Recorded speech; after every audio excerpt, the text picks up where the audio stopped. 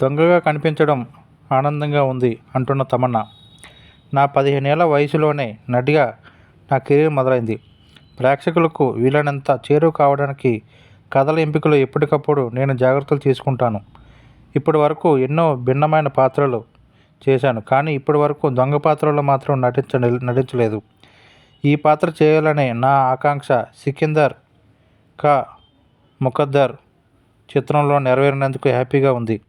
నా కెరీర్లో ఈ పాత్ర నాకెంతో స్పెషల్ అని తమన్నా అన్నారు. జిమ్మీ షెర్గిల్, అవినాష్ తివారీ, తమన్నా లీడ్ రోల్స్లో నటించిన చిత్రం సికిందర్ కా ముకద్దర్.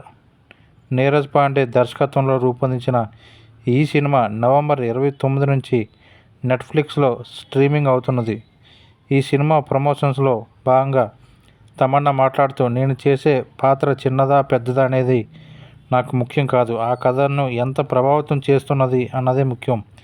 పెద్ద చిన్న తేడా లేకుండా వచ్చిన అవకాశాలతో ప్రేక్షకులు మెప్పించడమే నా లక్ష్యం. అలాగే ఒకే రకంగా ఉండే స్ట్రాంగ్ ఉమెన్ రోల్స్ కాకుండా కొత్త తరహా ఉమెన్ రోల్స్ చేయాలని ఉంది అని పేర్కొన్నారు.